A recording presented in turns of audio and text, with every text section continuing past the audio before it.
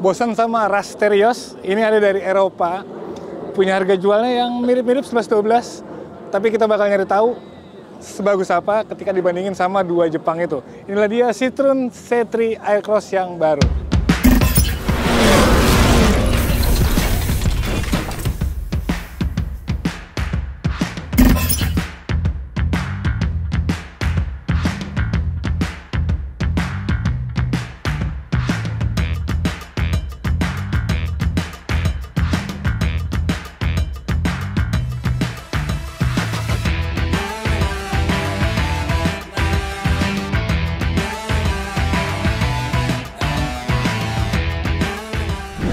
Oke, kita lihat dari tampilannya. Kalau tampilan menurut gue ini memang jauh lebih advance, jauh lebih gahar, jauh lebih SUV daripada Ras dan Terios ya.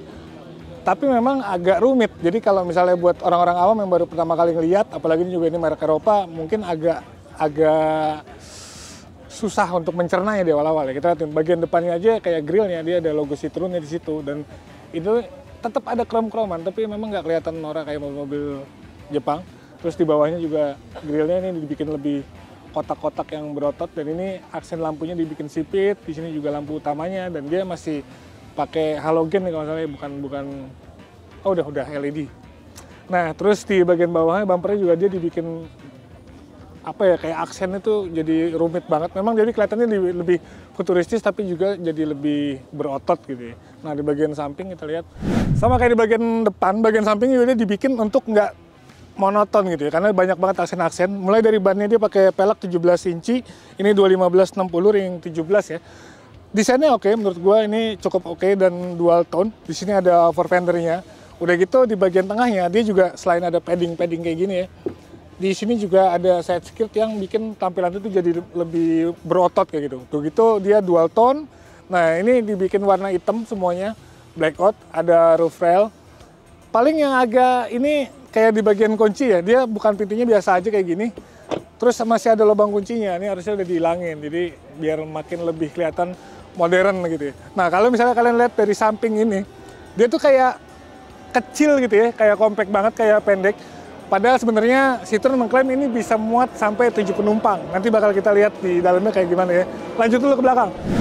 Nah, belakangnya juga sama nih, rame kayak di bagian depan. Mulai dari spoiler atapnya, terus di sini ada wiper, ada defogger, ini standar lah ya. Tapi di sini gue suka sininya, dia aksen hitam piano black kayak gitu. Ini ada logo Citroennya, dan emblemnya juga banyak. Ini ada PureTex, ini ntar mesin ya. Terus kemudian di sini ada emblem juga C3 Aircross, dan bumpernya pastinya dibikin lebih berotot.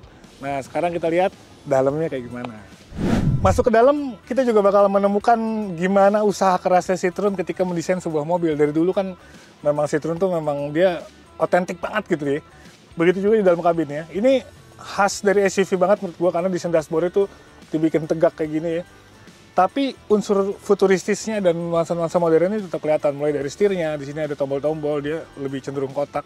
Terus ini buat sirkulasi AC-nya dibikin kayak, wah pokoknya jadi mobil ini tuh kayak rame banget gitu ya. Ini ada layar yang sebenarnya standar, dibikin juga konsepnya kayak floating kayak gitu. Nah, paling di bagian sininya nih yang membuat panel-panel AC-nya, ini masih kayak kompor-kompor gas kayak gitu ya. Tapi karena dia memang SUV dan pengen nongolin nuansa yang gahar, akhirnya kesan kompor gas itu jadi cukup lumayan oke lah di sini. Terus tempat-tempat penyimpanan juga banyak, ini bertingkat-tingkat kayak kos-kosan, ada 2 cup holder juga. Terus tuas transmisinya ini juga desainnya cukup unik menurut gue ya. Keren, walaupun di sini batangnya dibiarin polos kayak gini. Biasanya kan dia pakai tutupan kulit atau karet, tapi ya ini gini doang ya. Terus rem tangannya dia belum yang elektrik, masih pakai otot. Oh iya, udah gitu ada apa lagi sini ya? Kita lihat joknya ini juga sama, berusaha untuk dibikin keker dengan kulit-kulit sintetis kayak gini, yang sebenarnya ini masih kelihatan kurang berkelas karena jadi kayak mirip jok ori yang dibungkus gitu ya, dibungkus sama apa sih merek-merek kayak kulit-kulit sintetis Oscar, MBTEC lah ya, biar mahalan dikit. Tapi di sini gue suka nih ada aksen-aksen kayak bahan kaos, dan ini empuk-empuk juga. Terus untuk posisi duduknya juga dia walaupun pengaturan joknya ini masih manual, tapi cukup lumayan kaku. Iya. Sekali lagi ini sebuah SUV, jadi untuk kenyamanan mungkin ya di belakang itu bisa berasain, tapi kalau misalnya buat pengemudi sih ya ini memang beneran tegak, tinggi gitu ya. Terus ruang kabinnya juga ya berasa lumayan lah, walaupun mungkin secara kesan itu nggak selega Rush dan Terios gitu. Meskipun ini saingannya, kita coba di belakang. Nah ini di bagian belakangnya dia punya space yang nggak bisa gue bilang lega, tapi ya ini cukup lumayan lah. Ini dengan posisi duduk gue tadi, ternyata gue juga baru tahu ini ada sandaran tangannya ya buat driver. Ini duduk di belakangnya bisa rebah, ya agak pas-pasan sih ya. Tapi dia mengklaim ini bisa muat 7 penumpang dan gue makin penasaran ketika kita duduk di belakang. Tapi sebelum situ ini masih banyak yang mau gue komentarin. Jadi kayak material-material di sini nih, kontrol tengahnya ini masih kelihatan murah banget, walaupun dia udah ada buat ngecas ya. Dan ini unik sekali, ya asik nih. Jadi kalau mobil-mobil Jepang itu kan seadanya gitu ya, buat si AC double blowernya itu cuma gitu doang. Nah ini tuh kayak beneran seolah-olah tuh kayak di kokpit pesawat gitu, rumit banget ininya nih, sirkulasinya segala macamnya. Dan ini knop kompor gasnya juga. Tapi ya ini sebuah usaha yang baik dari Citroen untuk menampilkan sebuah nuansa yang menurut gua futuristis, jadi nggak cuma seadanya. Gimana di belakang? Apakah seadanya? Apakah cuma klaim doang 7 penumpang? Ya kita cobain dan sekalian aja. Nah ini harusnya kalau di Jepang tuh ada one touch tumble, ini mungkin bisa ya. Oh iya sama, jadi aksesnya udah one touch tumble, ini cukup praktis, tinggal ditarik tadi gitu doang. Terus kita coba masuk duduk di belakang.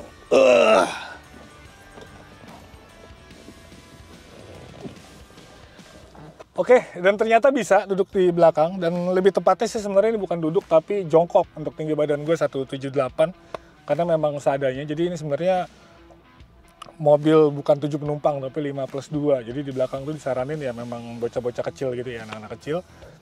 Karena kalau untuk orang dewasa ya untuk ke Indomaret atau ke antar sekolah masih enak, tapi kalau di jalan jauh kayaknya harus berantem sama penumpang depan gitu. Cuman ya setidaknya beneran ini bisa buat 7 orang, tapi yang 2 orangnya anak kecil. Jadi ini karena kecil banget, udah gitu di sini juga rendah banget, jadi kita kayak jongkok lah. Ruang kepalanya juga ini ngepas banget, jadi kalau ada posisi tidur udah pasti mentok. Jendelanya juga kecil banget, jadi kita kayak ada di dalam kapal selam, buat ngeliatnya juga agak susah gitu. Gitu sih kira-kira ya. Gimana soal mesin? Ayo kita bahas. Nah, selain dari sektor kenyamanan, terutama suspensinya dari Citroen yang memang terkenal enak banget, empuk, stabil gitu ya, jauh banget sama mobil Jepang, dia juga punya mesin yang menurut gue ini cukup di atas di kompetitor tadi ya. Dia pakai mesin 1200 cc 3 silinder. Nah ini tenaganya tuh 110 PS. Ini kesannya emang standar ya secara tenaga, tapi dengan adanya turbo torsinya itu jadi 250 Nm, dan dengan mobil yang sekecil ini harusnya sih dia bakal lebih enak banget gitu. Jadi untuk ngajak 7 penumpang sekalipun juga harusnya tidak ada masalah. Jadi ini mesinnya 1200 cc 3 silinder, tenaga 110 horsepower dan torsinya 250 Nm. Dia dipaduin sama transmisi otomatis 6 speed. Yoi. Nah dan memang benar ini mobil 7 penumpang maksa, karena di belakang kalau misalnya jok baris ketiganya dibuka itu nggak ada ruang space bagasi sama sekali. Tapi ya udahlah ya.